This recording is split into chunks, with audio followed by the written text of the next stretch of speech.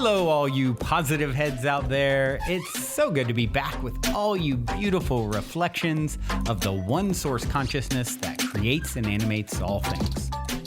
If you're new to this podcast, of course, we're super happy to have you here. And if you've been listening and enjoying for a while, I would be super grateful if you would please take a moment to give us a review on Apple Podcasts.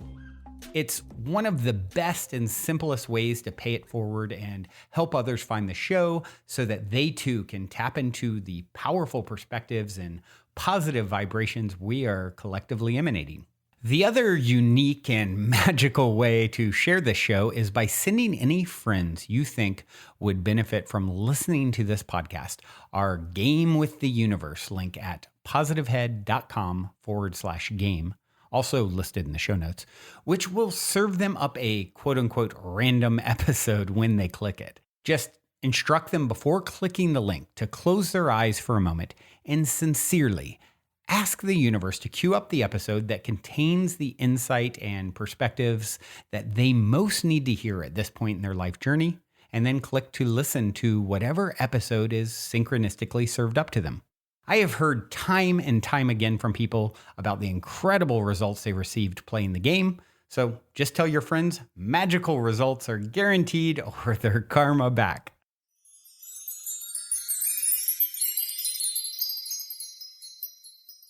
All right, all you positive heads, on this week's Soul Share episode, I'm very excited to have Andrew Havlicek here with me on the show. Andrew is a speaker and humanitarian who offers seminars around the world on lucid dreaming, the art of dying and meditation, as well as the author of a new book called Reverse Meditation. Hello, Andrew. Welcome to the show, my friend. Hey, Brandon. Thanks for having me. I look forward to this. Yeah, likewise. Well, alrighty. I'm going to kick you off with my cliche opening question, which is this. You're in an elevator. The woman next to you looks over, says, "What's your passion?" You got 10 floors to answer. What do you say? Yeah, how fast is the elevator? Mm-hmm. I guess first thing that comes to mind perhaps is my passion would be how can we best help people in this dark age see some light in their lives and transform obstacle into opportunity fundamentally. Yeah. I think that is a good passion, and I'm excited to dive in and hear how you approach doing that. If you would take a few minutes and just share with us, whatever to sort of set the stage for our discussion today. What is most pertinent to share regarding your backstory and how you got here doing what it is you do? Okay, I've been an intrepid, long-time explorer, probably coming on 5 decades at this point, of consciousness, mind, in particular, how my mind manifests. And so because of that, I've been a deep student of the wisdom traditions. I've settled on Tibetan Buddhism for a number of reasons, but always keeping in mind that the Buddha wasn't a Buddhist. And so Right. I'm more curious than I am a Buddhist. I'm more interested in the nature of mind and reality. And in so doing, I do a lot of official kind of formal study, and I've been involved in scientific studies, both in terms of co-authoring papers and also as a participant in these studies. But most importantly, Brendan, is a really deep concerted exploration of my own mind and heart. Probably 30,000 hours of meditation, including 3-year meditation retreat, which is where I originally discovered these reverse meditations that my most recent book is about. So that's probably the most salient point about my background, is I'm just intensely interested about mind and reality, my role in it, and how I can benefit both. I see. Yeah. I am very curious to understand. Obviously meditation has gone mainstream. Let's say, there's no arguments whether spiritual, not spiritual, scientific, not scientific, that it's extremely beneficial on all the levels. And I've heard a lot of different techniques and ideas and thoughts around it, in my own journey, but this is my first with reverse meditation. All right. So I'd love to hear from you. What is reverse meditation? Yeah, totally. Well, before we do that, let me just say one brief thing about this whole meditation thing altogether, because this is a multivalent term. it's a little bit like sports, right? So when you say sports, what are you talking about? There's like hundreds of them. And so part of my charter is actually to, in fact, turn people on to this wider engagement of this term meditation. There are literally hundreds of different types of practices. Most people associate meditation with mindfulness, and it's beautiful. But mindfulness in itself is has a very specific and limited bandwidth. I mean, Mm, mindfulness sedates; it does not liberate. mm. And so Interesting. I use the mindfulness as a platform. Almost every world wisdom tradition has some version of mindfulness as a base practice. And because of my experiences, in particular with my 3-year retreat, um, I was introduced to all these different meditations. And within the context of a particular tradition that some listeners may be aware of, just so people realize I'm not just making this stuff up, tradition called the Mahamudra, the Great Seal tradition, which is allegedly the highest school within one of the 4 principal schools of Tibetan Buddhism. I came across during the first year of my retreat a really quirky set of practices called these reverse meditations. It was the first time I ever heard the term. And there was only literally, Brandon, about a couple paragraphs on this meditation. But I was immediately intrigued. And because practices in the context of retreat come so fast, it's people like, they think, oh, you're just going to go into retreat and chill for 3 years. Not at all. I mean, we probably did 60, 70 different types of practices. And so I didn't really have time to explore the reverse meditations then, just because there were so many other meditations coming up. But I Hmm. immediately put a earmark on it and said, "Boy, I'm coming back to this one." And so I came back to it in a big way. And the result is this book that I penned this summer, principally as a way, like I alluded to at the outset, to show people the vast scope of the meditative arts, and in particular how meditation can be used in situations that we previously would just shy or run away from, how we can actually bring adverse circumstances onto the path, and hence this idea of transforming obstacle into opportunity. Interesting. Interesting. So it's sort of, am I assessing correctly that it is, bringing some level of meditative energy to non-traditional environments Yeah, and circumstances? sure. So let me define it very specifically. So it's called reverse for a number of reasons. One is that it is indeed the reverse of what we normally associate with meditation, which is chilling out and getting zen. And I'm Right. not dissing that at all. You know, when the world's on fire, chilling out's a really good thing. Yeah. But it's actually limited. It's like an incubator. You can't really spend your life in an incubator. Right. Well, the reverse meditations, what you do is you take, and this is where there has to be a little bit of infrastructure preparatory practice with things like standard mindfulness. You take your mindfulness, you enhance it with things like open awareness. We can talk about that. And then you do voluntarily put yourself in situations that are the reverse of what you usually associate with meditation. So you put yourself in cacophonous environments where there's like a lot of really intense, loud noise. So, like when I'm teaching these programs, we'll come in and everybody's prepared. So, we're not really hitting people out of the blue. We'll just kind of turn on some static and some noise and some really irritating sound just to see how people can relate when they're prepped with this sort of practice, establishing a fundamentally new relationship to the experience. And so it's the reverse of what you usually think of meditation. And it's also the reverse because you're going directly into circumstances that you would previously run away from. And so the really Mm, cool thing about this is, as I playfully say, by putting your meditation in reverse, you'll actually find yourself going forward. mm. By this, what I mean is if we only associate meditation with feeling good and feeling blissed out or whatever. That, again, I'm not dissing it, but boy, is that limited. Yeah. Where does your meditation go when the crap hits the fan? Where does your meditation go when you get fired or Yeah. your lover leaves you or you get sick or you're dying? Where's your meditation then? So Yeah. I playfully say these practices cultivate a kind of industrial strength meditation Mm. where you can simultaneously test and enhance your previous meditations by these skill sets. And this is why, my publisher was super psyched about this because I sent her a two book contract, and she flipped the order of the book, saying, we want to get this one out ASAP, because Mm. I feel it has tremendous applicability in this age, when this world is on fire. Yeah. And so therefore, there's no grist for this mill. There's so many ways that we can actually practice this, and I'm very happy to give specific examples, and then also talk about the 4 stages. There are 4 stages in this practice that are progressive. You can stop at any stage depending on what works for you, and therefore, it's highly empirical in this regard. It's actually a tiny bit scientific in the sense that you just see if this works for you. These Yeah. practices, they're not for everybody. They're elective, but then I also say, well, is pain elective? Is heartbreak elective? Is old age, sickness, and death elective? I don't think so. And so why not learn a skill set that can help you in these previously really untoward experiences? Right. Right. Wow. Yeah. That makes a lot of sense.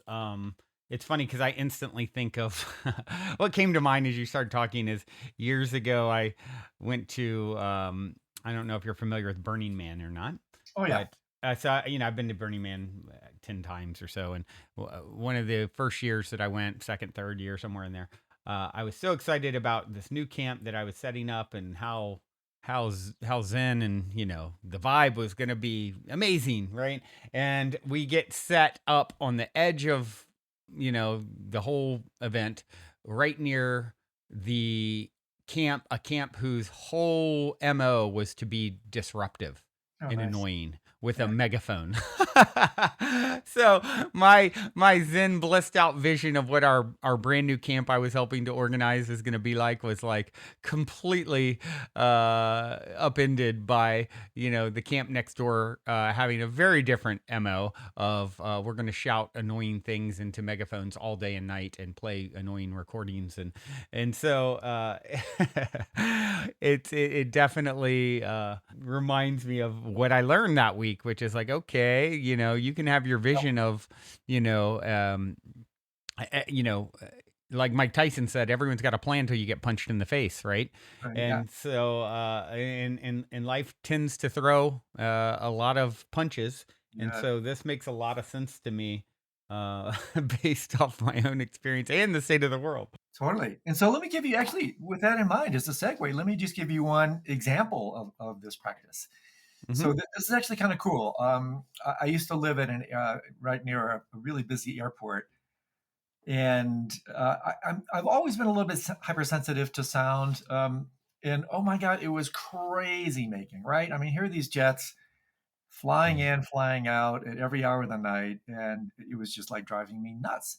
Wow. And so kind of the height of this kind of intense emotional reactivity, I came across this amazing story, and it actually provided a real seed for my writing and drafting of this book on a reverse meditation, which is the following. It's quite lovely, where allegedly Ajahn Chah, who's a great Thai meditation master, was getting his little monastery up at like 3 a.m. for a week or so of really intense meditation practice. They're called pujas. And they get up super early, they practice all day, and then repeat, rinse and repeat. And as it so happened during that week, there was a village quite nearby that was having a celebration and big party and festivities, and they would go until 3 or 4 in the morning. And a young monk, after a couple days, came up to the master, complete exasperation, and said, I can't do this. I can't do this. This noise is driving me crazy. How do I, what do I do? And Ajahn Chah said something quite spectacular, totally connects to what you're talking about with your experience at Burning Man, where he said, the noise isn't bothering you. You are bothering the noise. And Mm. then what I riff on is like, what's really going on here? So what this cultivates, and this is what the reverse meditations do. In particular, I mentioned at the outset, working with loud, cacophonous situations, they cultivate inner silence, where we know what outer silence is like. You just close your mouth and retreat into a silent environment.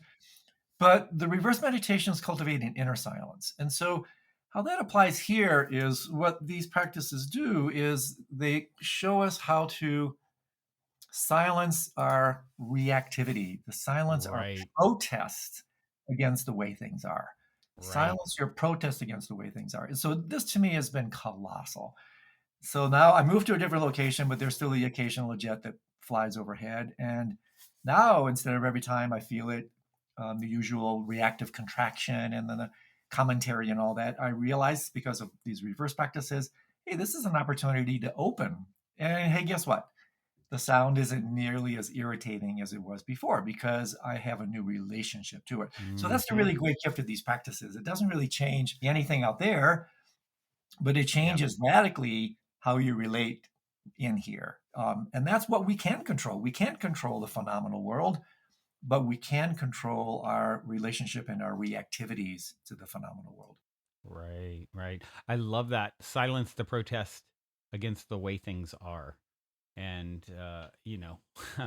once you once you realize like the whole aim of the game in a sense is, as Eckhart Tolle put it, can I be the space for this? Yeah, I think Absolutely. that's what comes to mind for me when I hear that. And that's exactly what these practices cultivate. So that's a wonderful interjection. The industrial strength mind, industrial strength meditation is somewhat paradoxically cultivated, in fact, by space. And it's really quite interesting. If you were to just do a brief experiment, you can put your hand up in front of you, move it back and forth between in the physical space in front of you. On one level, space is literally the softest thing in the universe, right? There's nothing softer than space, right? Mm-hmm. Well, at the same time, there's nothing more indestructible than space. You can't cut it, you can't burn it. Mm. And so, what this practice does is so beautiful. It uses the relationship between inner and outer space because outer space is not the same as the inner space of the mind, but neither is it different. And somewhere in there is the truth. And so, these practices help you develop a more spacious, accommodating, receptive relationship to the contents of your mind and experience by increasing your capacity to contain your experience, to receive it, and to hold it properly. So, the biggest issue is we don't hold our experiences properly. In fact, we squeeze our experiences. And that's where Mm. we unwittingly, double entendre intended, we unwittingly pinch ourselves and look elsewhere for the prick. Well, we're the prick. We're the ones that are always pinching and pricking ourselves. And so it results in this magnificent statement allegedly attributed to Krishnamurti, which you may have heard, the great theosophist sage who taught for some 70 years. And towards the end of his long life, he was asked, what's the secret to your unflappable Ah, contentment? yes, Remember, you've heard this. What did he say? yes. I don't You mind see, what I happens. don't mind what happens. And so this is the formal practice of I don't mind what happens, because that's a wonderful rhetorical exhortation. But how do you practice that? Well, Yeah. the reverse meditations are the practice of I don't mind what happens. And so you do Mm-hmm. it in the controlled laboratory of your meditation, in these completely granted, artificially contrived situations. And then I think because of the intensity, the applicability, these things rapidly translate into your life. And I also want to interject at the outset that I'm not an armchair dilettante here. I'm a retired dental surgeon. I know all about the pathophysiology of pain. I have participated in scientific studies, neuroscientific laboratory studies with meditators around pain. I've written tens of thousands of prescriptions for narcotics, and I've dealt with pain at a physical level for decades. I've been in the pain business. Mm. So I don't come into this in a facile manner. And I also don't dismiss the deep, intractable nature of chronic pain and people who are struggling with cancer and all these sorts of things. But even then, when people say, well, what about this? What about that? Even then, I'll say, well, I agree with you. But let's pause for a second. Have you ever stopped to inquire about pain in your relationship to it? What is this thing called pain? And so, what I do in the book in tremendous detail, I use principally pain because that's arguably the most unwanted experience Yeah. and the most universal. I basically invite people to look at this equation that I came up with that I think is kind of cool, probably more applicable than E equals MC squared. And this is S equals P times R. Suffering equals pain times resistance. Suffering and pain are not Mm. the same thing. Pain is just an inevitable lifetime companion. And so, if you do a little mathematics, very simple, you get rid of the resistance. What happens? You drop the suffering. What are you left with? You're left with this thing called pain. So these practices deconstruct suffering because suffering is what's called an adventitious defilement. It's a construct. You can absolutely deconstruct suffering back into pain. And then you can even take pain itself and deconstruct it back into what it truly is, which is simply raw, intense sensory awareness. And Mm. again, personal experience. When I was, I guess it was maybe 20 years ago, I had one of the most intensive, painful experiences possible. I had blinding, raging kidney stones. Oh, If you ever had those, I've they're heard. even in the pain business, they're just excruciating. And so I woke up in the middle of the night, 3 a.m. I did a real quick kind of differential diagnosis, tapped my side, and I said, "Oh my God, kidney stones." And so I looked at the watch and I go, "Okay, I'm going to go to the ER. No, the urologist is not going to arrive until the morning. I'm going to be up all night in a cold waiting room." So I gobbled 800 milligrams of ibuprofen, didn't touch it. Went downstairs in my little shrine room kind of thing. I lay down underneath, lit some candles, lay down, and basically practiced what I've been preaching. I engaged in these practices, and then I can again guide our listeners through this. Fundamentally, was able to relate to this blinding pain in a profoundly new way. And I can't say what happened, what I was left with when I did this deconstruction process felt good. But here's the thing, Brandon, it didn't feel bad. Mm. So I basically was able, using these practices, to deconstruct suffering back into pain, to deconstruct pain back into this raw, intense sensory awareness thing. And that's what I was left with. It was still really intense, Sure. but in the most ineffable way, it didn't hurt. Right. And so I'll go through a little bit later, like, well, how is that even humanly possible? But it is possible. And studies with advanced meditators have absolutely shown this. The stuff is not just rhetorical. There's data on it. My personal experience bears it out.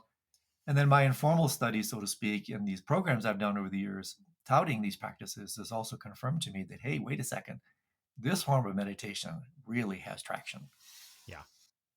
Yeah. It's kind of, it makes me think of, a lot of, let's say, suffering comes along with the story along with it, right? It's like, the difference between, if I hit you, let's say, you can then tell a story of, oh my gosh, Brandon abused me. I experienced trauma. This is an atrocity. This is wrong. Versus, you know, uh, the story of a physical event happened. A knuckles struck my cheek, and there was a stinging sensation.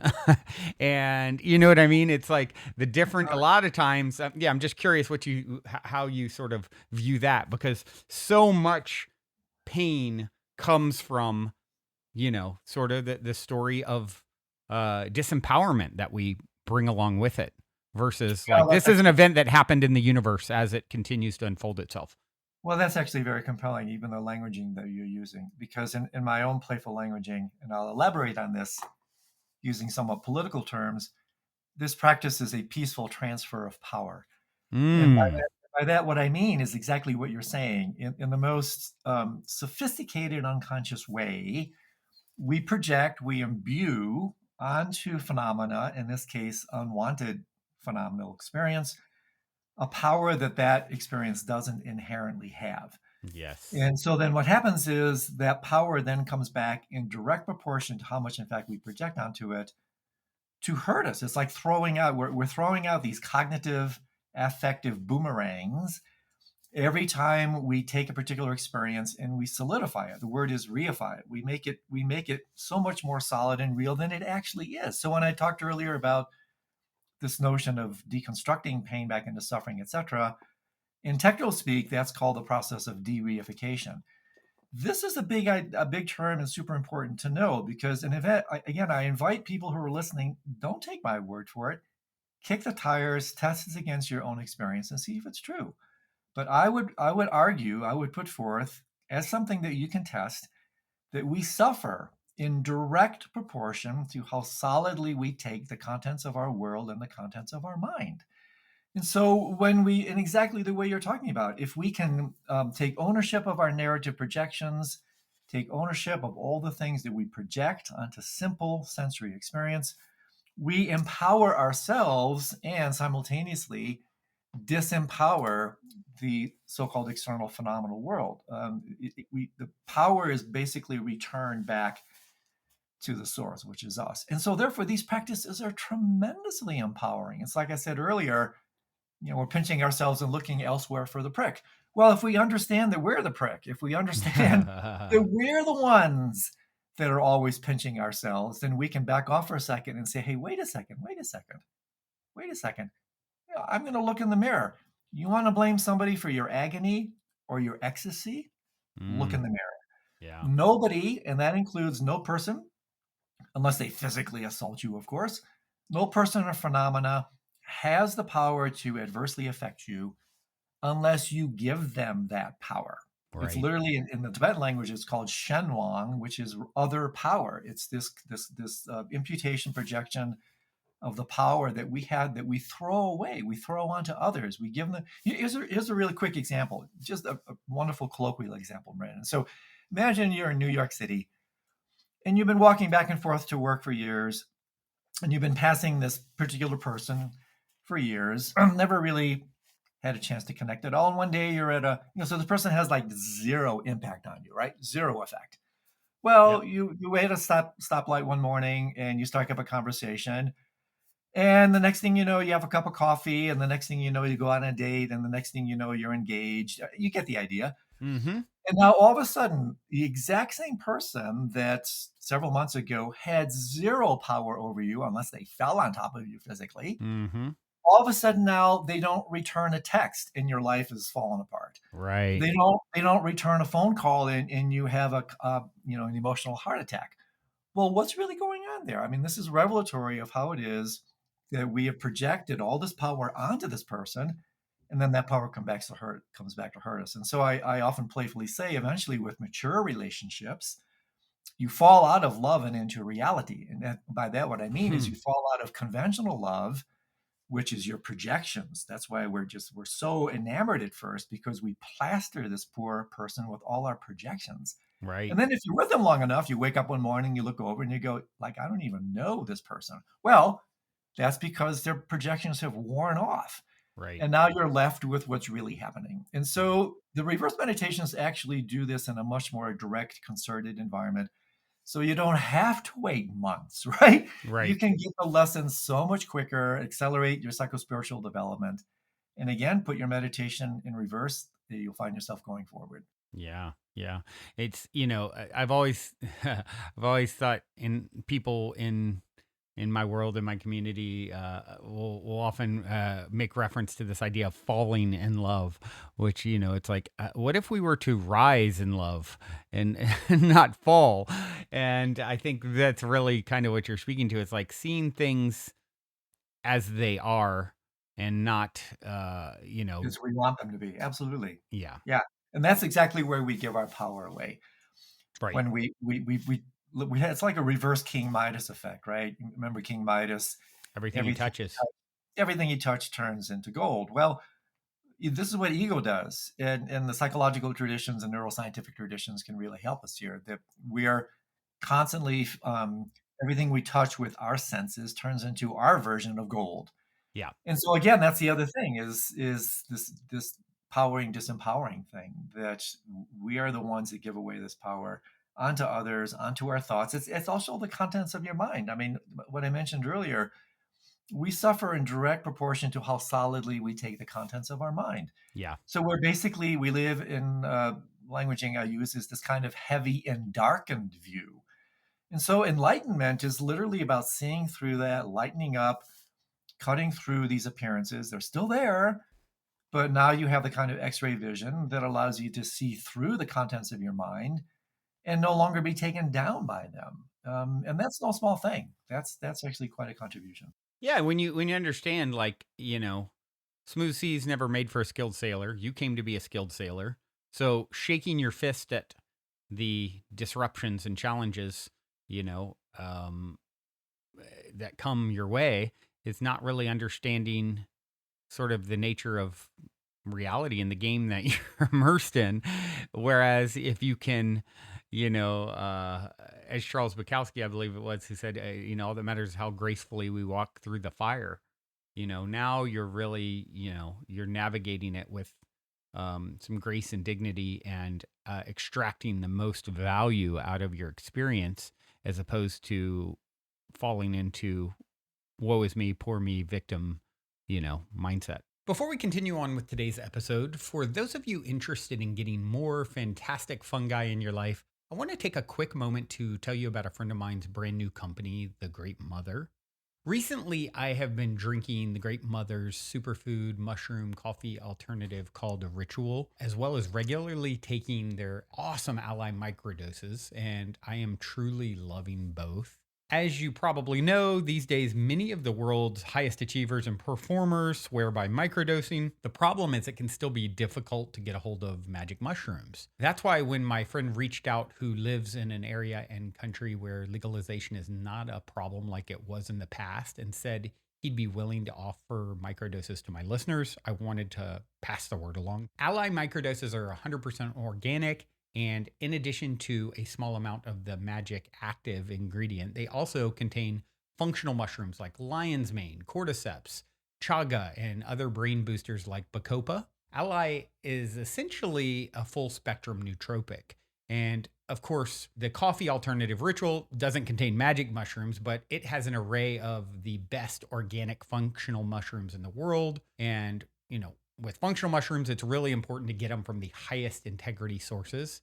And whereas some other highly popular mushroom coffee alternatives on the market only contain a few varieties of functional mushrooms in their actual ingredients, Ritual has 7. Not only does it contain more types, it also contains 3 to 4 times the amount that the big brands have in each serving. And it tastes amazing. I actually like to have it on its own, as well as mixing it into my coffee sometimes as well. However, since this is definitely a unique offering, there are a few steps. First, just reach out and request to follow the private page, The Great Mother on Instagram. Once you've been accepted to follow, just message what you're interested in getting and someone will get back to you.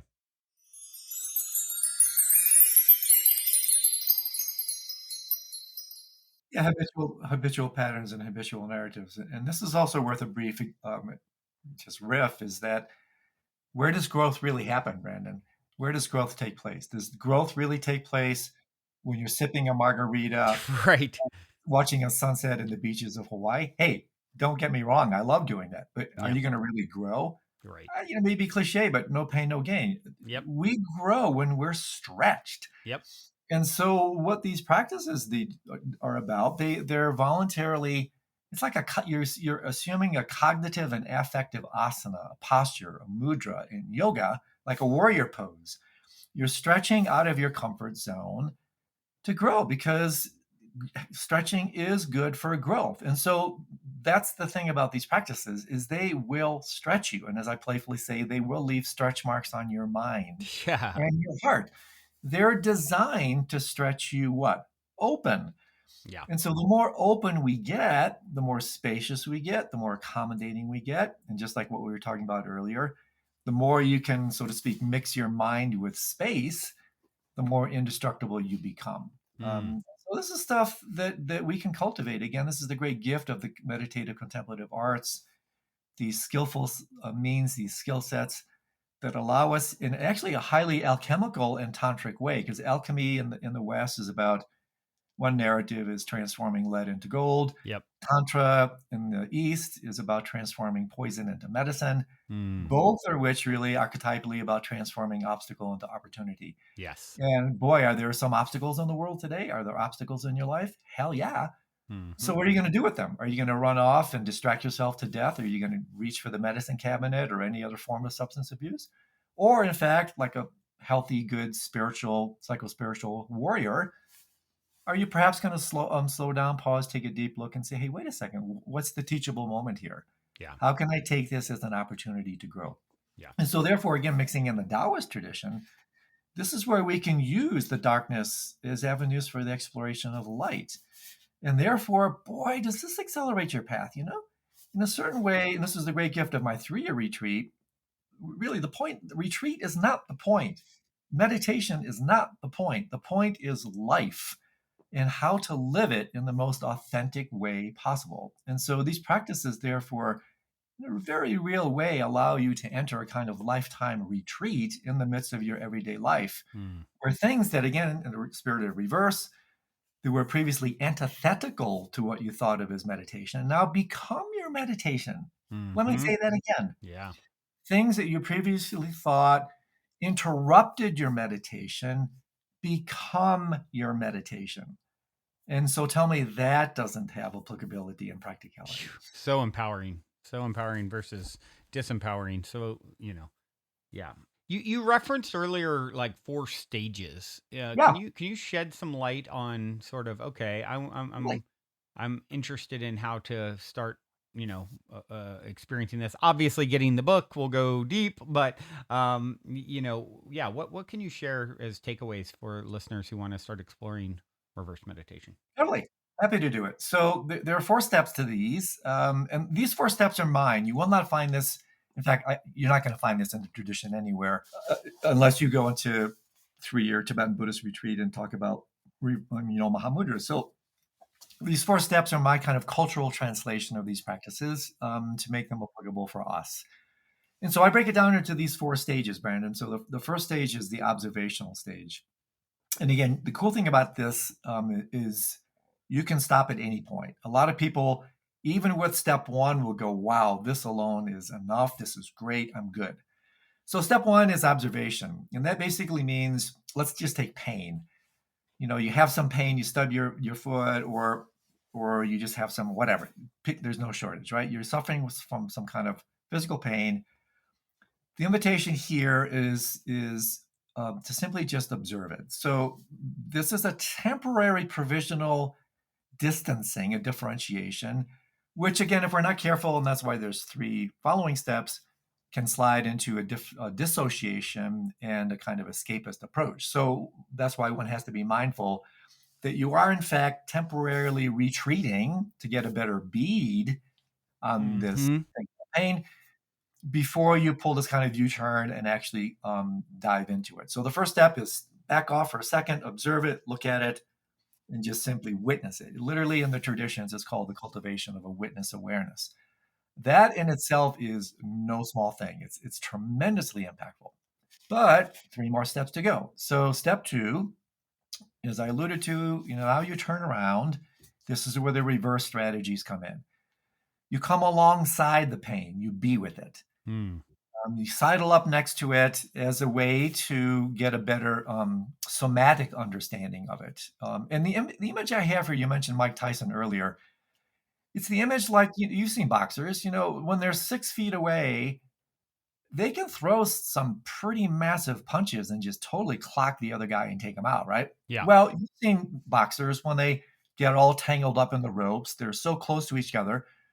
The best thing they can do is maybe a few taps in the ribs, right? They can't really do a whole lot because Right. why? Because they're so close to each other.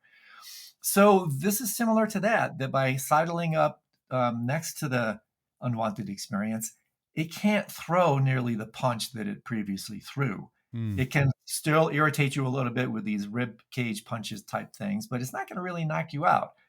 And now you're starting to gain a more deep, intimate relationship and understanding of whatever that sensation is. That leads then very beautifully and elegantly to the next stage. These latter 2 stages are really the cream of the crop here. The third stage is the investigation stage, the analysis stage.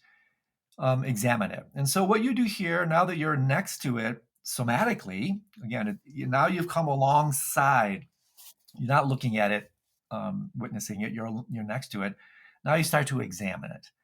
And you're examining it not purely cognitively with like, okay, what is this pain? Like philosophically, what is it? No, you've handed the baton of the investigation to your body through step 2. So your body then starts to engage in this somatic exploration of it. And so the question is really, literally, do it for yourself. What is this thing called pain? Have you ever slowed down, let alone stopped long enough to really feel into and inquire, what is this thing? Where does it come from?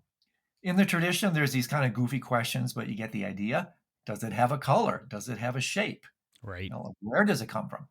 That in itself is super interesting. And it really starts to deconstruct this thing that we impute the label pain. But here's the real kicker question. So the first set of questions are really looking at the so-called object of pain. You're really looking, okay, what is this thing called pain? Where does it come from? Blah, blah, blah. The final question that is a fantastic segue to the fruition, which is stage 4, is you shift the investigation from the object to the subject, and you ask this shatteringly profound question, not just merely, what is this pain, but who is experiencing it? Mm. That's a game changer, because now you're flipping. Now you're taking the lens of your experience. Now you're really taking ownership. Who is experiencing what?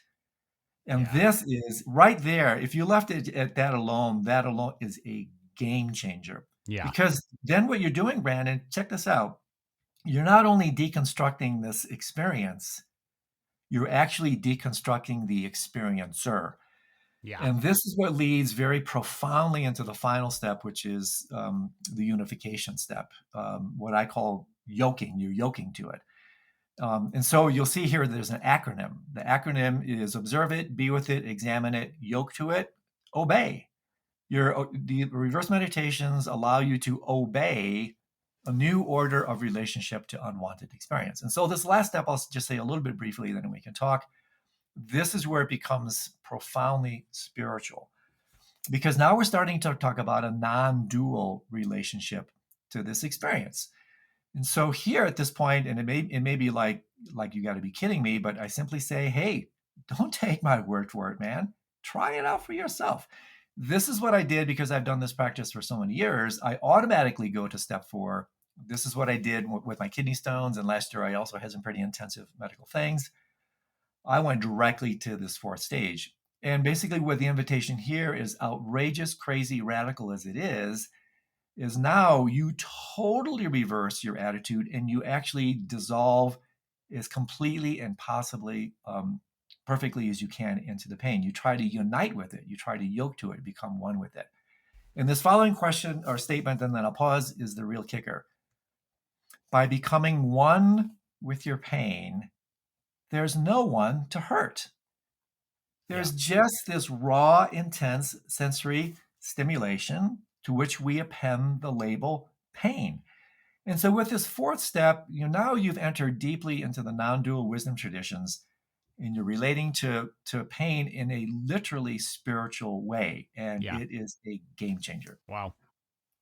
That's it makes me think of a friend who's had a lifelong friend who's had a lot of accidents in his life.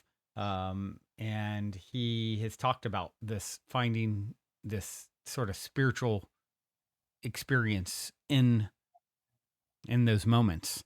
Totally. That he Totally. probably isn't even fully aware. I imagine he's doing some of these these steps and Absolutely. uniting with it. Yeah, it's no big deal. And the other thing, if you don't mind interjecting, Brandon, this is super important, because we may not be in physical pain and physically unwanted experiences all that often, but boy, are we inhabiting unwanted emotional states and cognitive states all the Right. time.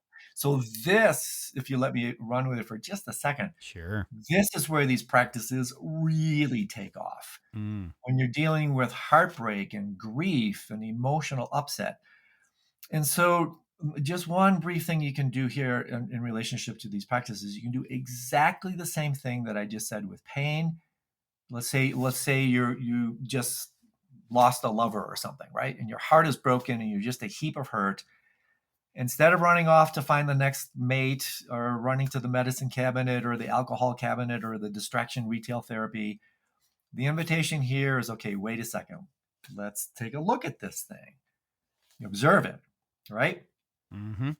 Feel into it, examine it, and then fundamentally unite with it. And the way you do this, and I invite people again, try this.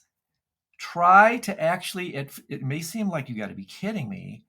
Try to make it worse. So let's say Mm. you're sitting there, my heart has just been broken. You got to be kidding me. I'm not kidding you. Actually sit down, take a couple deep breaths in silent meditation. And that's why there are actually 2 meditations that are preparatory practices to this. Because if you go, it's like a cold plunge, Brandon. If you jump full blown into the 4th step, without some preparatory practices, you're just going to jump right out because of Yeah. biological, Yeah. genetic, survival level instincts. It's just too cold, it's too much, it's too whatever, too hot. Yeah. You're going to run. So you have to acclimatize, you have to dip into it, you have to work your way in, hence the preparatory practices, hence the 4 stages before you take the deep dive. But if you, with a little bit of preparation, you allow yourself to completely unite with this emotional state and actually make it effing worse. The reason you want to do this is then it actually becomes kind of gallows humor. You start to realize, hey, wait a second, I really can make this worse.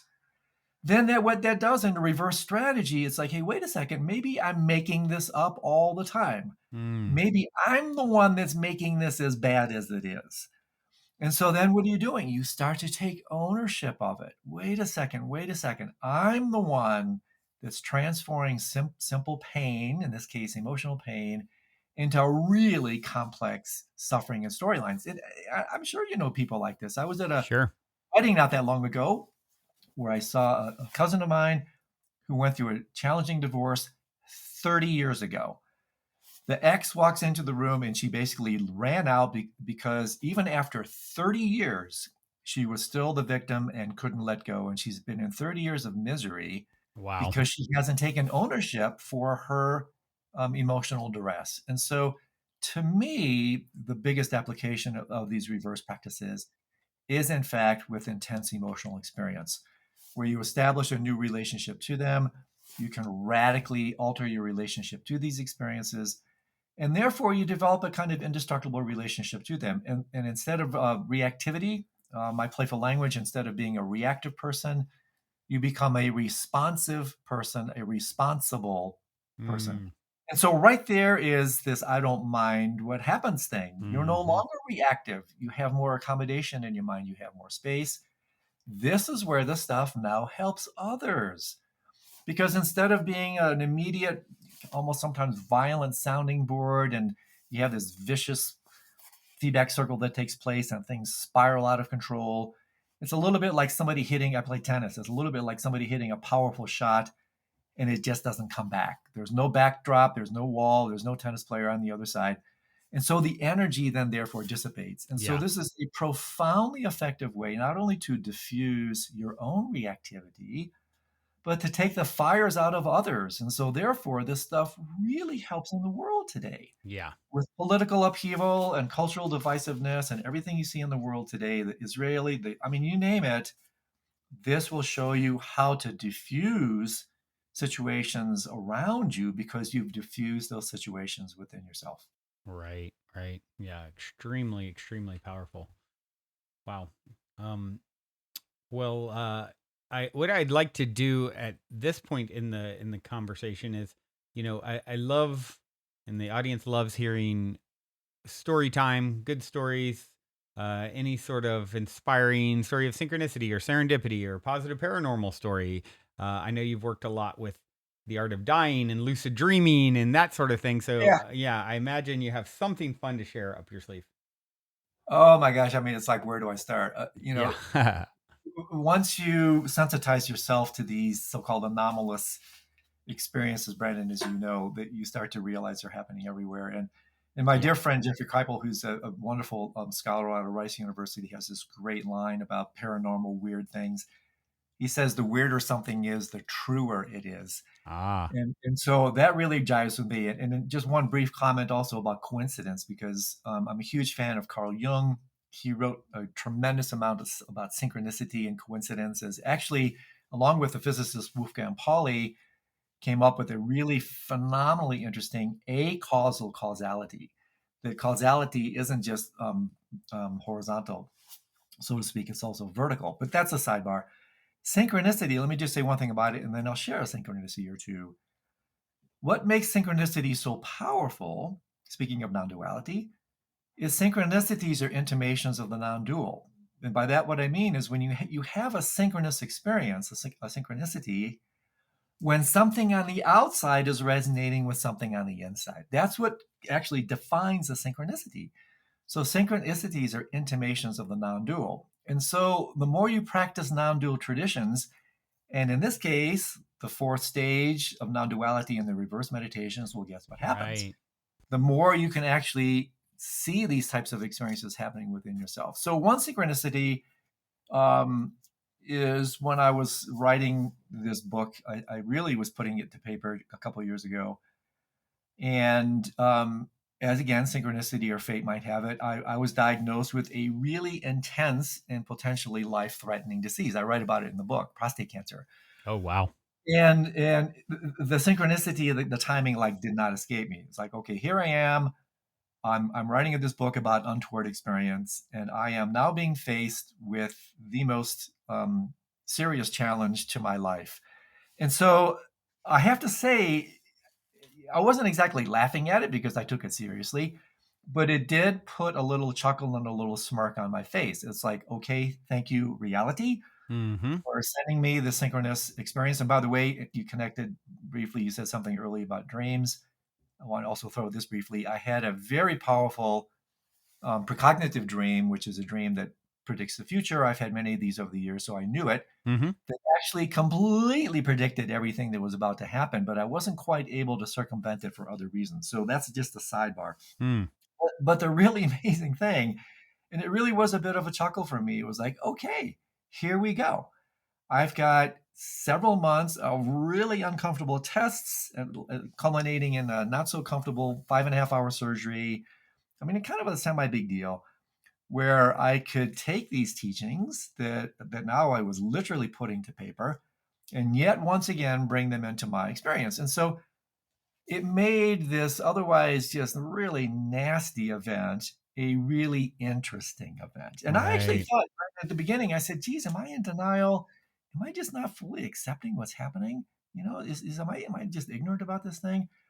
And then I sat for a couple of days and I was like, no, this is the result of decades of this meditation where I'm harvesting the fruits of my efforts. And so the whole thing became this incredible, powerful learning experience where I brought these teachings into my immediate experience over the course of almost a year and repeatedly, over and over and over again, saw the absolute genius of this meditation for dealing with unwanted experience. So it may not be that humorous, but I have to say, from my side, there were definitely moments of humor and chuckle and lightheartedness around it because it was like, wow, like check out this synchronicity, Yeah. right? Wow. Yeah. So, Yeah. yeah. And you see that so much, I think of, someone like Dr. Eben Alexander, who, Oh, who I wrote know Proof of well. Heaven. Yeah. I've had on the show as well. And it's like, oh, what do you know? The Harvard brain specialist gets, brain gets fried out of nowhere, like, to lead to spiritual understanding and awareness. It's like, Absolutely, yeah. You know, it's like the universe is always sending us gifts, and sometimes the gifts come in ugly wrapping paper. yes. But if you realize that it's still a gift, and you take it as such, and you radically are able to say yes, can you say yes to that? That's a great gift of meditation and the reverse meditation practices. Is your heart and mind open enough, big enough to say, yes, I'm big enough to relate to this. I'm big enough to accommodate and contain this. And that again is where the indestructibility comes from, right? Yep. You lose all fear of death, all fear of the end of life, all fear of disease, because you now can relate to it in a radically, profoundly new way. Yes, it is the ultimate superpower. And I don't think any superpower comes without a workout. So In this case, it work in. yeah, work in. Exactly. I like that. That's a great place to wind this down. What is the best way for people who would like to continue, to tap into your work and follow you? Obviously, getting the book. I imagine reverse meditation is available on all the Totally. places. Yeah, thanks for the opportunity, Brandon. Yeah, the book is available. My website, of course, andrewholecek.com, lists all my propaganda and upcoming events. I teach a lot of stuff internationally, week-long events all over the place. I also have a really fun online platform called Nightclub, which was designed to support people in the exploration of lucid dreaming, dream yoga, and what I call the nocturnal meditations, of which there are 5. I also have my own small Edge of Mind podcast platform where I interview incredibly cool people. And then lastly, we started a really compelling, quite rigorous, intensive 3-month preparation for the end of life called Preparing to Die curriculum, which has been last 2 cohorts sold out within a couple of days. We're super excited about that. Really great way to help people at the end of life. And as you might suspect, these reverse meditations are integral to that kind of thing because, hey, what's arguably the most unwanted experience in all of life? The end of it. Right. And so taking the reverse meditations, this is where the rubber really hits the road, and we apply it very explicitly in the end of life preparatory practices. So those are the places where people can go to learn about my stuff, and I very much appreciate the opportunity to share that with your audience. Yes. Yes. This has been quite the conversation. I've thoroughly enjoyed it, and I'm sure the listeners have as well. I do have one final question for you, and it is my cliche closer. Uh, in 60 seconds or less, what is the meaning of life, according to Andrew Havlicek? Wake up and love others. Help the world. Mm. Wake up in the service of this planet, and the consequence of that awakening is and that opening is love. And so underneath all of this, really, all some of the highfalutin languaging and whatnot, it's all about learning how to wake up, open, and love. Yes. My favorite quote is a remixed John Lennon quote, which is "Love is the answer now." What was the Yeah, question? yeah, exactly. Beautiful. Well said. Cool. Well, thank you, Andrew, for taking the time. It has been such a pleasure, and thank all of you for tuning in your beautiful brainwaves and incredible hearts into another episode. Until next time, journey well.